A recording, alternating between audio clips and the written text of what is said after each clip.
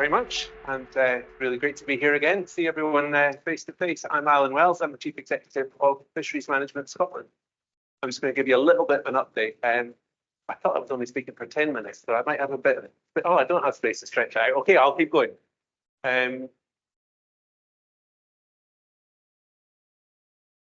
So first thing I'm going to talk about is the wild salmon strategy. That's been a big piece of work that we've been involved in collaboration with a whole series of other stakeholders and different parts of Scottish Government over the last little while. As you'll all be aware, the strategy was published in January 2022, and then the subsequent implementation plan was published in February 2023. And since then, we've been working through the delivery groups to try and take some of those actions and objectives forward. Part of that overall process has also been a science advisory board that's been established, and John chairs that group. So I don't know if you're talking about that later on, so I'll leave that alone at the moment.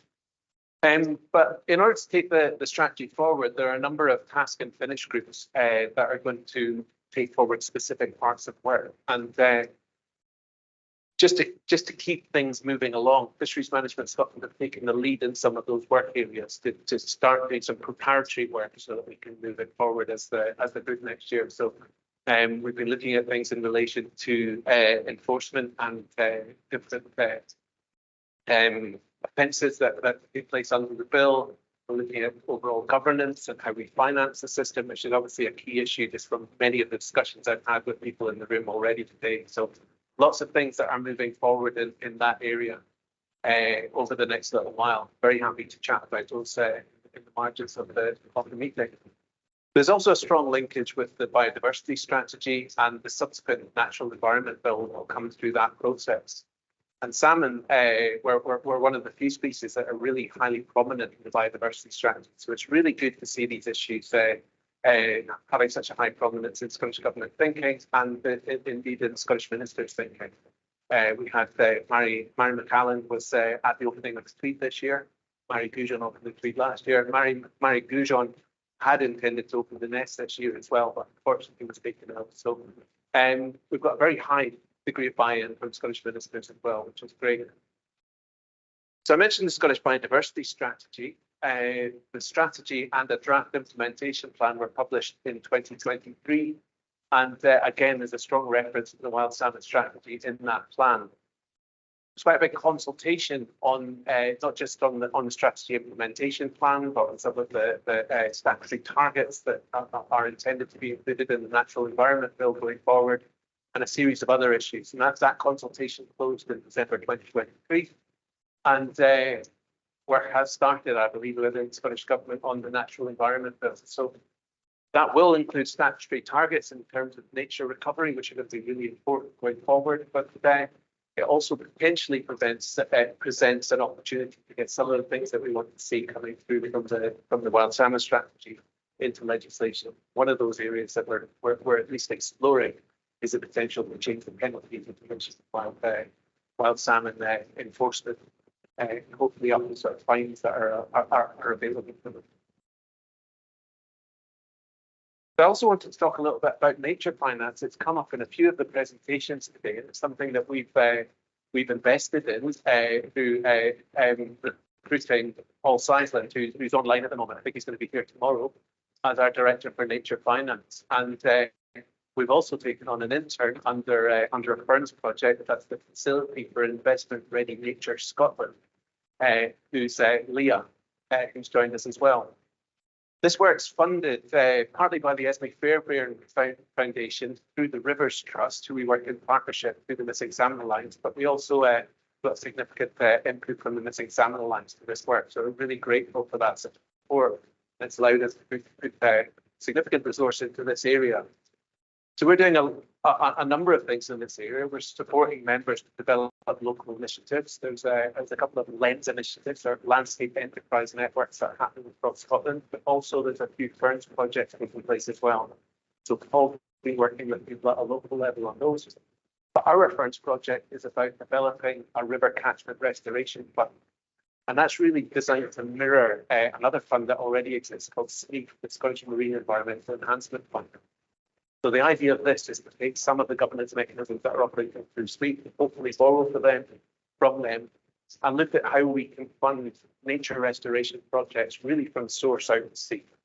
Now, we don't know what that will look like yet. It might remain as two separate funds. It might be a closely integrated fund. We've got consultants in who are looking at all those different options at the moment. As part of our work through the Missing Salmon Alliance, we also have really close engagement with the Rivers Trust. They're doing a lot of work on nature finance south of the border. One of the big differences there is they've got the private water companies, which can help and support an awful lot of work that we maybe don't have in Scotland, but we're learning a lot from them. And one of the key things that we're trying to develop through various mechanisms, and Sean's doing a lot of work on this as well, is through developing metrics. So if you're trying to bring money into the catchments, in some forms of green finance, people are looking for a return to actually have to build the cost about what it is that you're delivering so that you can create that market. So these metrics are going to be really important going forward. Lots of different areas for the So we've heard a few times today, and I'm sure we'll hear more later on as well, but Scottish public finances are in a very challenging state. But we've had a pretty successful year in terms of securing funding through various different projects, and I've just put a bit of a list of them here. Nearly all of this funding that's coming in is not coming to Fisheries Management Scotland. It comes into our coffers and then it's passed on to the membership. And so hopefully you guys are seeing no benefit of this.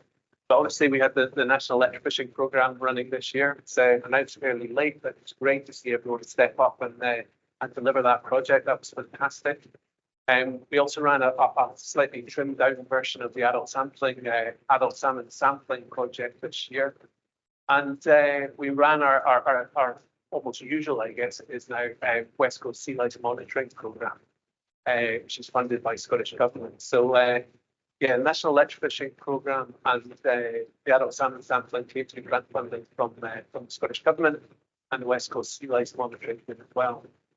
Mentioned the Ferns project, that comes through funding from Nature Scot and the National Lottery Heritage Fund, and that's designed to develop a catchment restoration fund. But we also managed to secure some additional funding from a private trust called the Golden Bottom Trust to help support that work.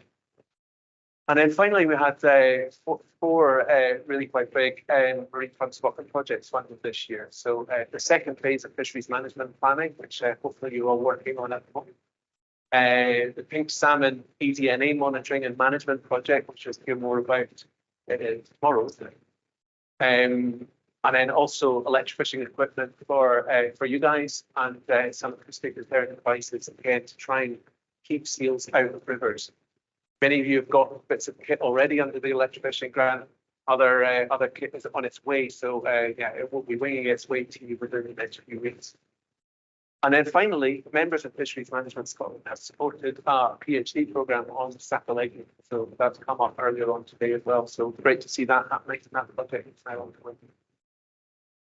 I want to very quickly talk about fish farming, and I also want to introduce, wave Helen at the back. Helen Feenan has joined us as our Aquaculture Interactions Manager. She's only been with us a few weeks, but it's been really great so far. And yeah, Charlotte, who was with us for a few years, as we've done, she's decided that she's exploring exciting times in Australia. So she's working her way through the Far East as we speak. The biggest thing that's been going on this year is the second consultation on the sea lice risk assessment framework. So I'll talk a little bit more about that. I've already mentioned some of the work that we've been doing on sea lice monitoring across the West Coast. That basically capturing sea trout, trying to understand the lice load on those trout. And the next bit that we really need to push forward is work on escapes to make sure that the recommendations coming through the salmon interactions working group are being followed. So just very quickly to summarise what the sea lice risk assessment framework does. This is really the first framework that I'm aware of in the world that actually looks at the total number of lice in the environment, which is obviously what's important for wild fish. Many of the other regulatory frameworks look at the number of lice per farmed fish, but that only gives you part of the picture. The total number of lice in the environment are a function of the lice on per farmed fish multiplied by the total number of fish within the region. Importantly as well, though, it's not just the number of lice in the environment that's important to wild fish, it's how long those fish are actually exposed to those lice. So we've been working with the Atlantic Salmon Trust and Scottish Government on the West Coast Tracking Project to try and understand some of those dynamics. And we'll hear more about that tomorrow. But very important, the number of time, the amount of time the fish are exposed to sea lice is really important. And therefore, the amount of time it takes them to move through these sea lumps is super important in terms of how this will work. So sea lice dispersal models are really important in this process, but equally important is monitoring and enforcement that needs to take place as well. So we're working hopefully very soon with CEPA to develop some of the monitoring proposals as part of it. Just want to quickly mention we have our annual conference on the 28th of March this year up at the McDonald Island Hotel in Aviemore.